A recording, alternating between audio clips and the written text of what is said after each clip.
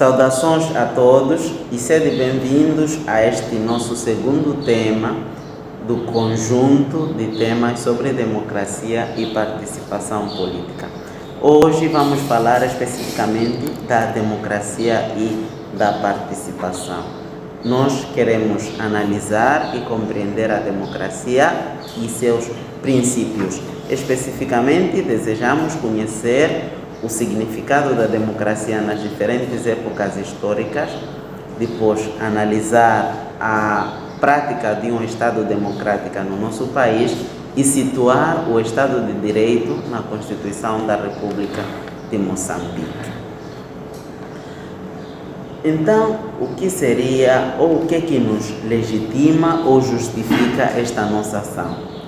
Primeiro é que a procura da melhor e mais equitativa forma de governo sempre foi preocupação das mentes e dos corações humanos, porque isso toca elementos essenciais da vida e do viver.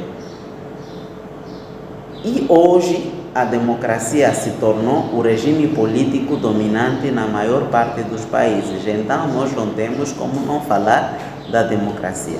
Primeiro, tendo em conta esta preocupação grande das pessoas de encontrar um bom governo, uma forma equitativa de governação, depois há o uso maioritário do sistema democrático em muitos países, faz-nos com que tornemos também importante para estes nossos ciclos de formação, esta abordagem em relação à democracia. Então, o que seria a democracia? Qual seria a gênese do conceito da democracia? Qual é a origem deste conceito democracia?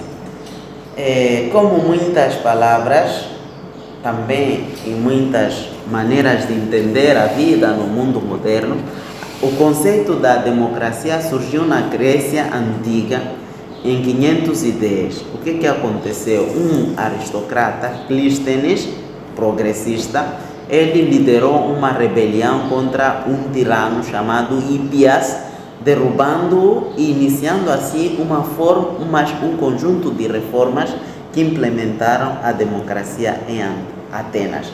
Como foi? A cidade de Atenas foi dividida em 10 unidades chamadas demo, que era o elemento principal dessa reforma criada por este Clístenes. Por isso, o novo regime em Atenas começou a chamar-se democratia, formada pela radical do grego demo, que é povo, e gracia, poder ou forma de governo. Então, as decisões políticas passaram a ser tomadas com a participação direta dos cidadãos nas assembleias que aconteciam na praça pública chamada Ágora. Posto isso, podemos dizer que, literalmente, democracia quer dizer poder que emana do povo, isto é, o povo é responsável por decidir o futuro político da sua nação. Então, os gregos tinham criado a ideia de cidadania como um direito, e nesse sentido, quem se considerasse cidadão podia participar ativamente da vida política da cidade.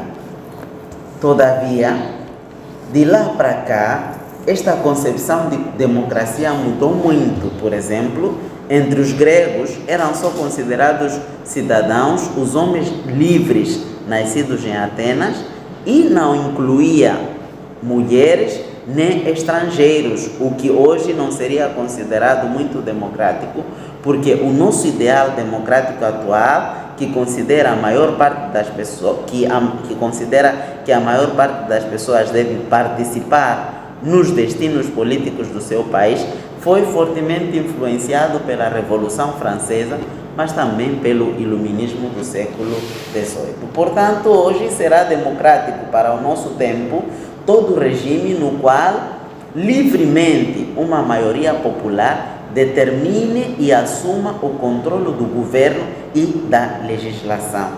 A noção, neste caso, de número não basta, é preciso juntar-lhe a liberdade. Portanto, para ser democrático, um regime deve assegurar quantitativa e qualitativamente a participação do maior número de pessoas na vida pública. E não só, mas também tem que considerar a igualdade de todos os indivíduos, mas também a igualdade de direitos. Podemos dizer que esta concepção moderna herda ou vem, de acordo com isto que nós dissemos, é um legado que nos foi deixado da Grécia, ou seja, a democracia grega, que serve como fundamento para o conceito de democracia ao longo da história, baseava-se em dois princípios, a isonomia e a isogoria. O que seria a isonomia? Iso quer dizer iguais, nomos, normas ou leis. Então, a isonomia seria que todos os cidadãos são iguais perante as leis e devem cumprir as mesmas regras. Já a outra palavra ou outro princípio que nós herdamos dos gregos é a isogoria, ou seja, isos iguais, agero, agora, assembleia, ou seja, todos os cidadãos têm direito à voz, ao voto, de falar e de serem ouvidas ou ouvidos para poderem ser tomadas decisões. Em conclusão, podíamos dizer que o direito à voz, ao voto e à igualdade perante as leis são as bases dos regimes democráticos também hoje. Queremos compreender um pouco mais. Sendo que falávamos que a democracia é poder que emana do povo, podemos dizer sem medo que a autoridade civil reside no povo. É o povo que, através de eleições ou outros meios adequados, transfere por um período de tempo o exercício dessa autoridade, retendo, contudo, a sua posse. É o povo que detém a posse da autoridade civil. Aliás, desde muito tempo, se reconhece que para exercitar-se ou para ver bem comum é necessário que haja alguma autoridade. Por quê? Porque a autoridade garante ou pode garantir a consecução ou a aplicação deste bem comum, porque nem todos compreendem da mesma forma as diferentes realidades. Esta concepção está também considerada na Declaração Universal dos Direitos Humanos, ou seja, é a vontade do povo que é o fundamento da autoridade dos poderes públicos. E essa vontade do povo deve exprimir-se através de eleições honestas e realizar-se periodicamente por sufrágio universal e igual, com voto secreto, ou segundo o processo equivalente que salvaguarde a liberdade de voto. Tá.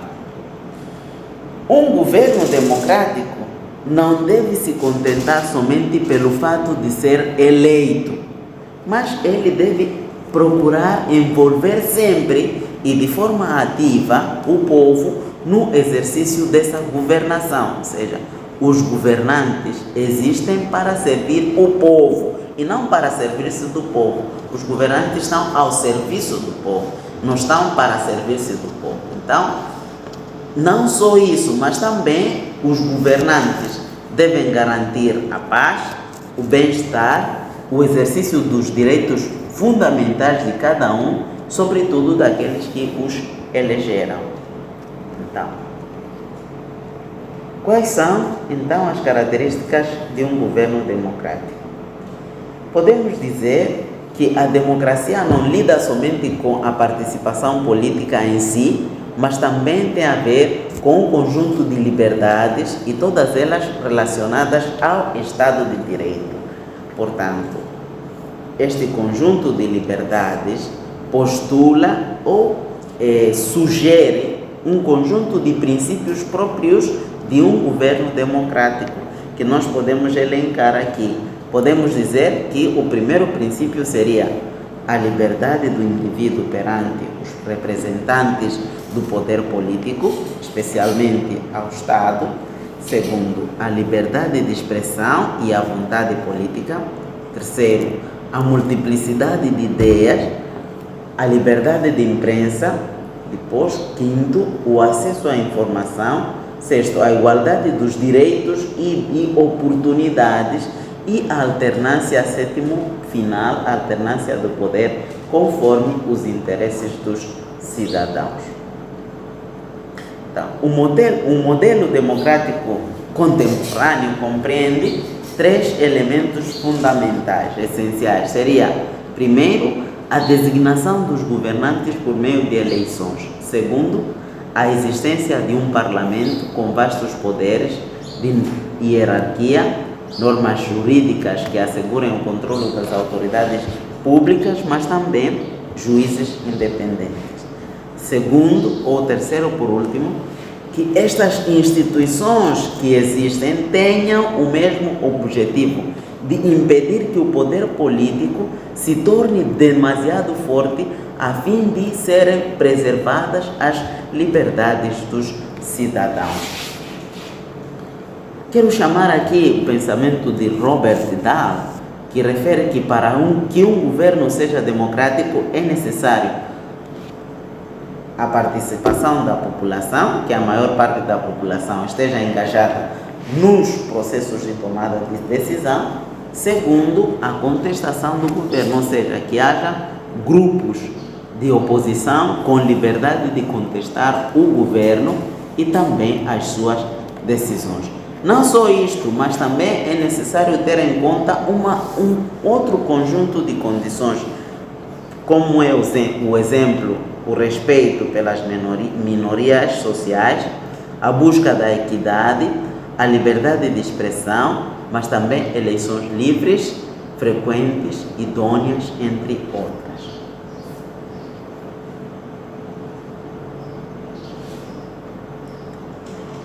Norberto Bobbio, no seu dicionário de política, ele diz que a democracia pode ser caracterizada como um conjunto de regras fundamentais que estabelecem quem pode, sob quais procedimentos pode tomar as decisões coletivas.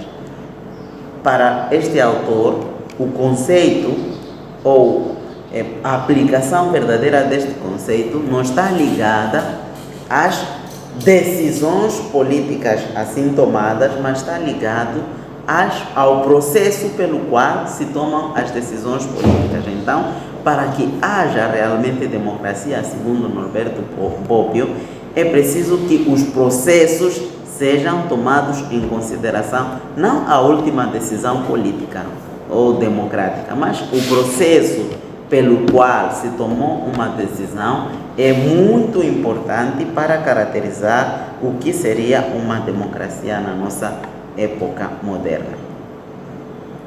E quais são os princípios fundamentais da democracia?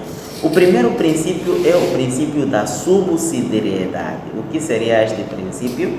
Consiste em que as grandes organizações não devem fazer o que as pequenas podem fazer.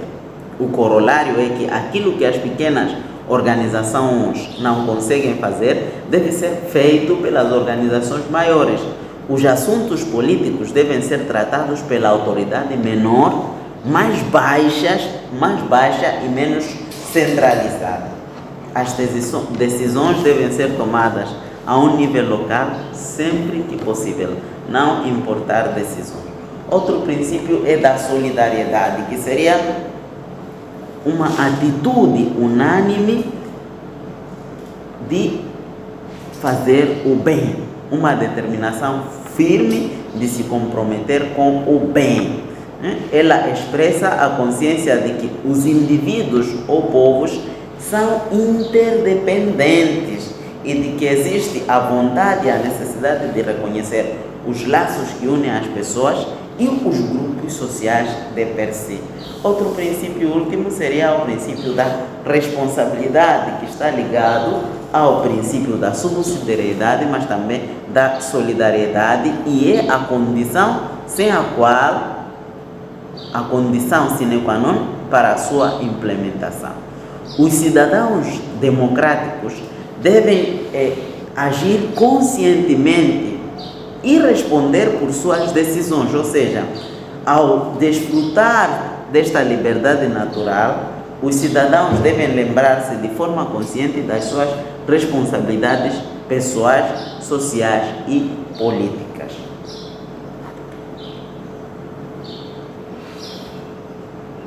Nos tempos modernos, existem duas concepções ou classificações de democracia. A democracia liberal, mas também a democracia social. A democracia liberal tem como base o liberalismo e é caracterizada pela importância da lei e da ordem nas garantias das liberdades individuais. Nela, o desenvolvimento das instituições e também da população acontece sem restrições e caracteriza-se essencialmente pela não interferência do governo nos estados ou nos assuntos econômicos e financeiros dos outros. Já dá para ver que a democracia liberal há uma liberdade de concorrência, liberdade de governo, liberdade de expressão, liberdade de comércio, sem restrições, porque o Estado não interfere nos assuntos econômicos e financeiros dos cidadãos. Na democracia social, ela é baseada na igualdade, nos princípios de igualdade e de justiça social. É aquela em que o desenvolvimento das organizações econômicas é subordinado aos interesses do povo em conjunto. Ela traz para o debate democrático questões como a luta de classes, o capitalismo e a democracia. Então, o Estado controla, nesta democracia social, os assuntos econômicos e financeiros e a produção é determinada pelo Estado de acordo com as necessidades de consumo. Então, quais são as formas de democracia? São essencialmente três: a democracia direta, em que o poder é exercido diretamente pelo povo sem intermediário; a democracia representativa, onde o povo delega o poder a alguns representantes, neste caso, através do povo, é ali onde os poderes, há um parlamento eleito; e a democracia participativa, também chamada semidireta, que inclui elementos da democracia direta, mas também elementos da democracia representativa. E, neste caso, as eleições dos representantes para os cargos executivos e legislativos serão tomadas ou podem ser tomadas com a participação e aprovação popular através de referendos, audiências públicas, conselhos, etc. Então, posto isso, depois de falarmos da democracia em termos gerais, vamos falar do nosso país, Moçambique. Com a entrada em vigor da primeira Constituição em 1990, deu-se início em Moçambique o multipartidarismo. Assim, marca a transição para a democracia em Moçambique. E desde então, houve 6 vezes eleições legislativas: 1994, 1999, 2004, 2009, 2014 e 2019. Agora nos preparamos para as eleições dos próximos 2 anos. E o que a Constituição refere sobre o Estado moçambicano? Como é que define a República de Moçambique?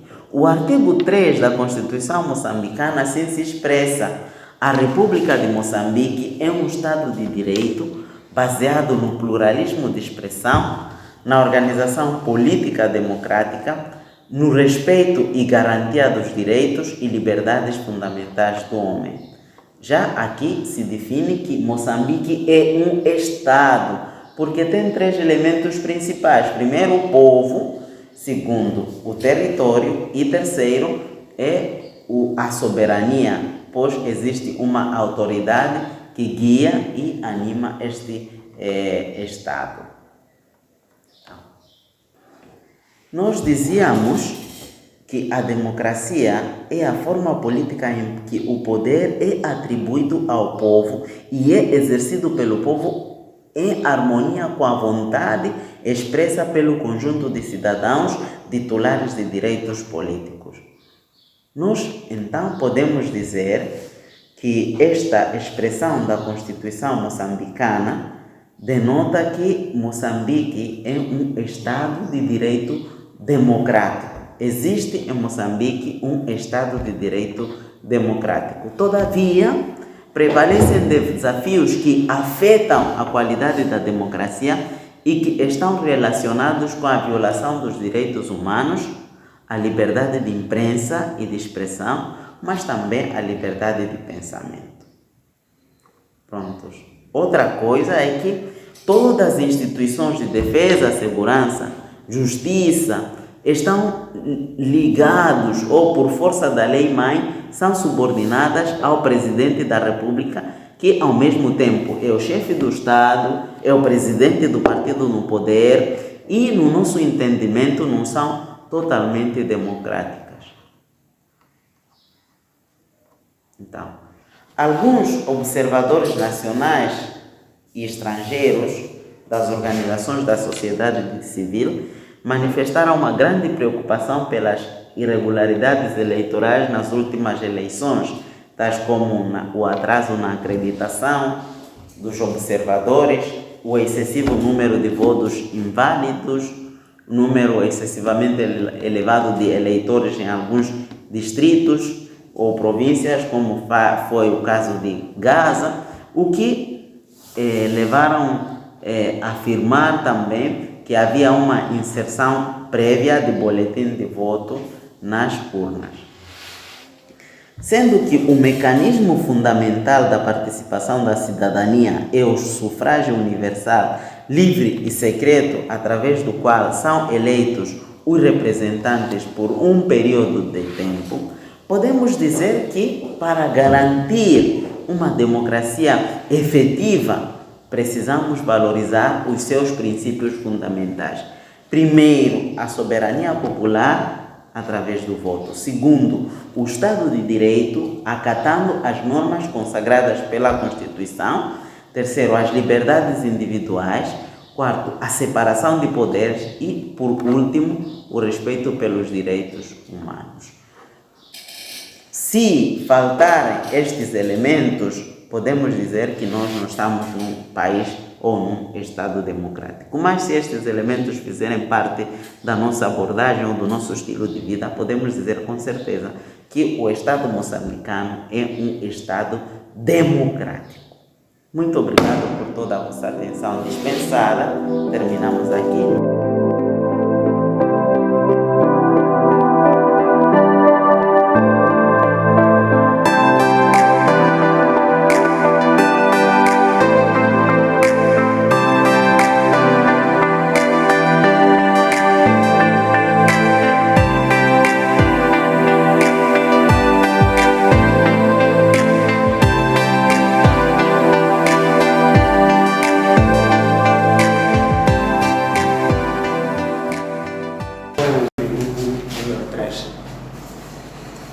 A primeira questão, não podes citar, hein?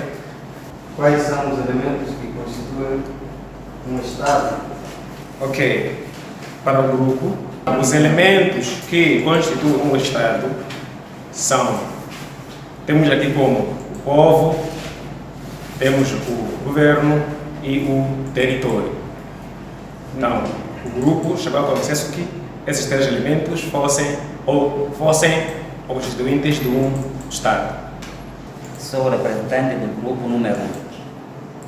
Para responder à questão número 4, sim, a tarefa do presidente é representar a nação no plano interno e internacional e zelar pelo funcionamento correto dos órgãos do Estado. Quando digo representar a nação no plano interno, tem a ver com quando o plano interno é nosso programa, ele recebe nosso programa para ir representar no exterior, para dizer que o povo moçambicano tem preocupação, por exemplo, o povo moçambicano tem preocupação de isto. Esse é o plano interno para externo. De zelar pelo funcionamento correto dos órgãos do Estado. Ele é que controla o funcionamento correto dos órgãos do Estado. Esta é a nossa resposta. Muito bem. Falamos aqui. Pode sentar. Alguém quer comentar? Quer enriquecer esta reflexão do quarto grupo? Que o Presidente da República tem a tarefa de auscultar as inquietações da população e satisfazer as mesmas inquietações da população. Não é só ele ficar lá no gabinete e exarar os documentos sem saber o que está acontecendo perante a população. Também tem uma tarefa, tem uma missão de cobrar, não é? Tendo em conta que ele é a entidade máxima da nação. Ele também tem os seus representantes, a qual ele cobra o relatório. Estou a falar dos ministros, administradores, governadores. Ele tem que cobrar, é a obrigação dele saber se o ministro de determinada área funciona como deve ser. Por isso aparece em algum momento a exonerar um governador, um ministro, porque ele não está a dar aquilo que é a sua tarefa. Muito obrigado. Está a fazer o seu trabalho aqui em Moçambique. Nós que observamos a ele, está a fazer realmente o seu trabalho, está a cumprir o seu papel. Às vezes. Ou só está para juntar os dedos. Não só para vermos que também aqui em Moçambique, quase 3 em 3 meses ou 6 em 6 meses, ele exonera os ministros, se bem que tem deve-se. Não, ele faz, controla. Ele tem o terreno, pessoalmente, em vez de mandar, vai ver, observa. Sim, tem feito. Tem feito o seu papel. Às vezes nós acompanhamos via televisão. Graças a Deus. Oh, e só é TVM que publica as coisas. Não só a alta eu sempre tenho visto, né? Sim, não só a TVM, não. Ah, está bem. Esses ministros exonerados é porque realmente não estão a trabalhar ou é para todos do partido poderem comer? Como é que se diz? Esses ministros que estão a ser exonerados são de fato porque não estão a trabalhar bem ou é para os outros do partido poderem também comer? Um exemplo. Vamos falar da educação um pouco. Desculpa, eu não sou professor, não conheço muitas coisas de lá. Mas o problema com os livros da 6ª classe o sentimos todos, não é? Sim. Não é assim? Sim. Num país sério. Então, aquela ministra que está a conduzir, não era hora de dizer, opa, já tenho incapacidade de gerir isto? Um país sério, não era hora do presidente dizer que por causa desta... Não se entende como é que um livro feito por docentes, pessoas com experiência, tenha todos aqueles erros, né? Não tiveram tempo para ver. Não, eu acho que tem nada a ver com a amizade, no profissionalismo. Nesse contexto, como já se falou aí, as pessoas não estão a ver a qualidade da pessoa, mas estão a levar as coisas por causa do partido, porque se pode quem conhece de facto a qualidade do serviço, não deve acontecer isto.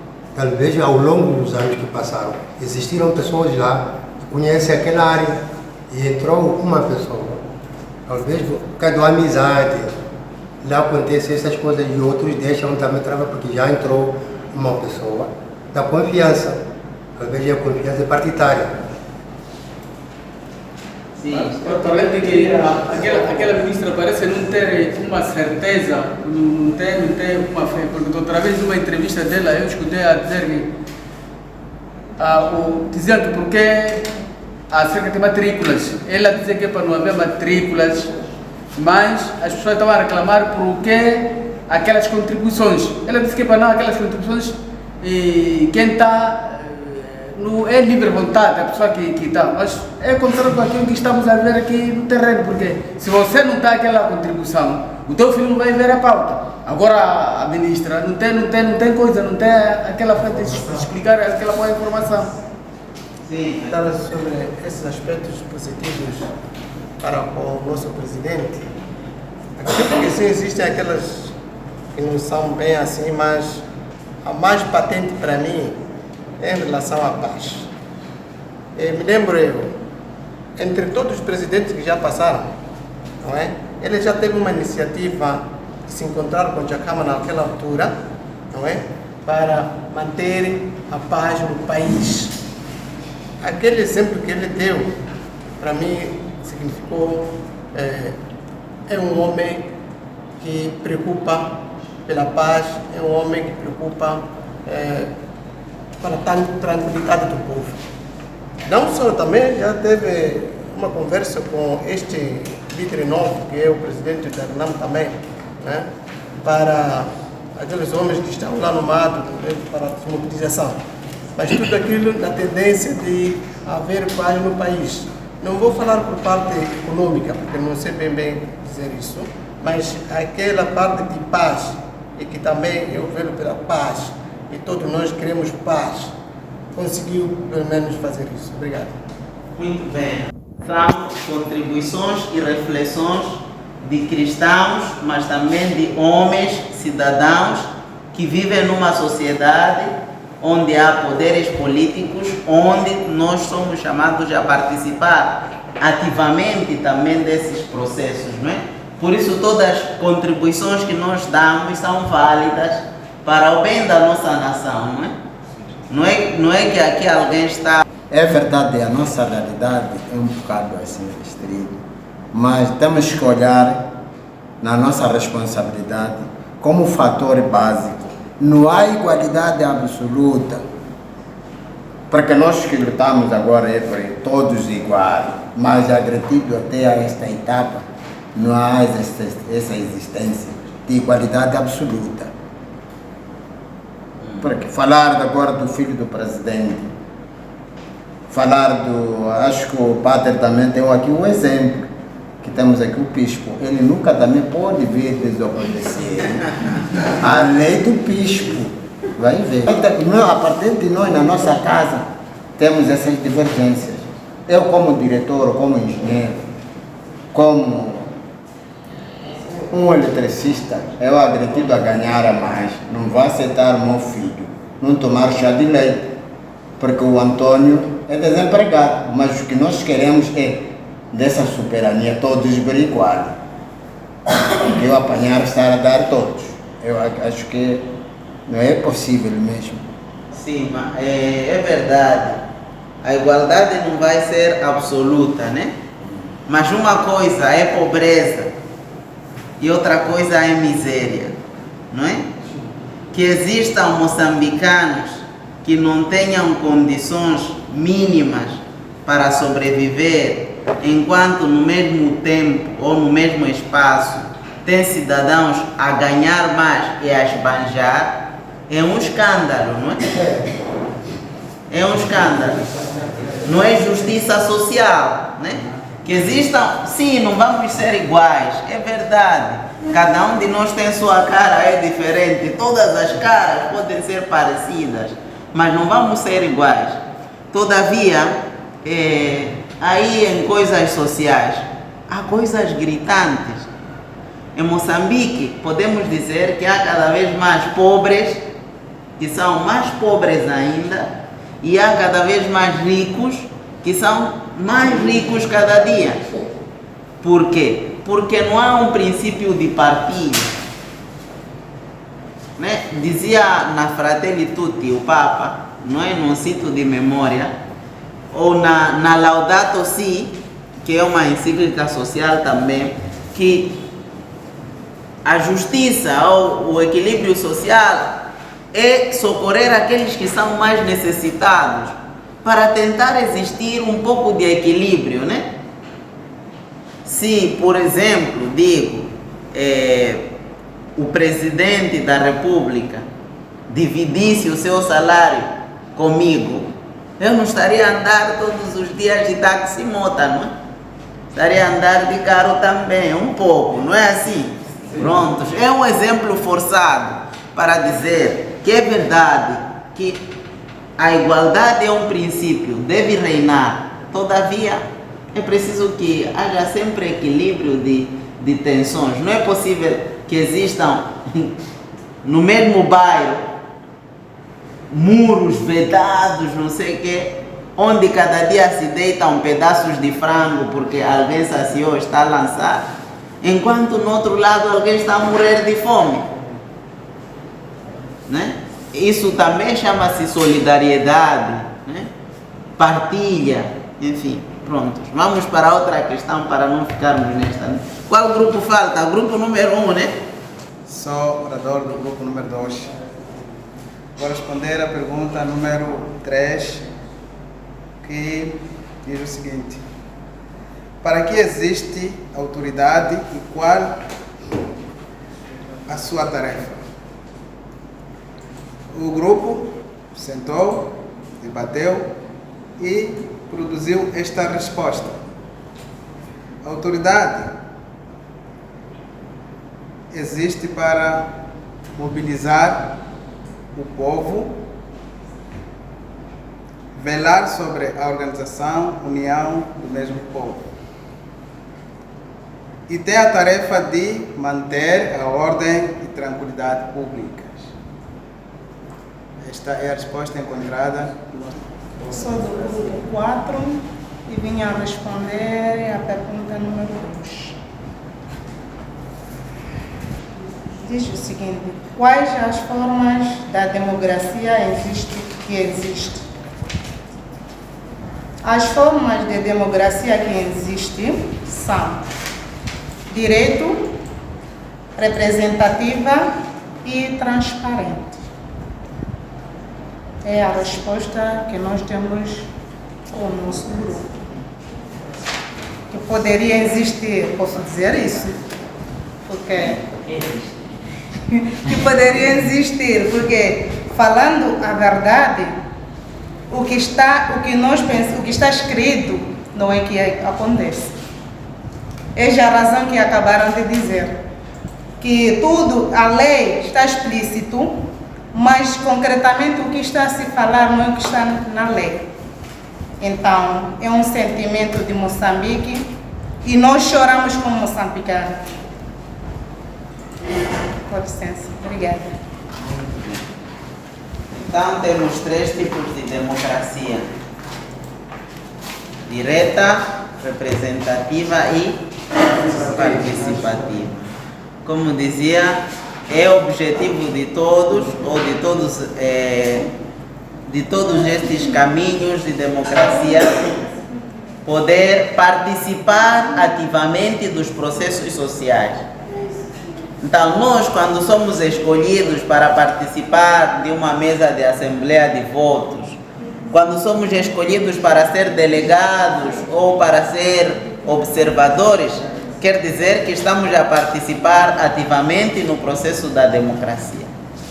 E nunca podemos deixar de participar. Prontos, alguns lhes vai agradar isso, sim, que tem contributo de mais uma outra pessoa. Outros não vão gostar porque a minha opinião é contrária, mas também essa opinião é um contributo, não é?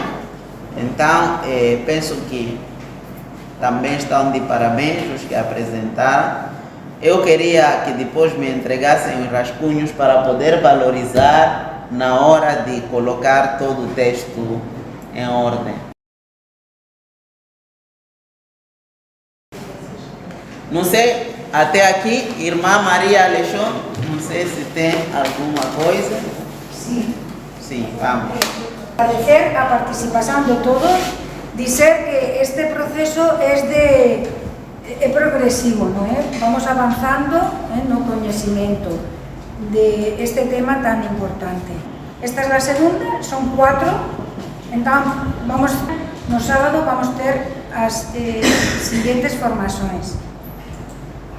Animar a todos, não é uma coisa passageira, é uma coisa importante que sirve para a nossa vida, sirve para ser cristãos, serve para criar uma sociedade mais justa, mais solidária, mais fraterna.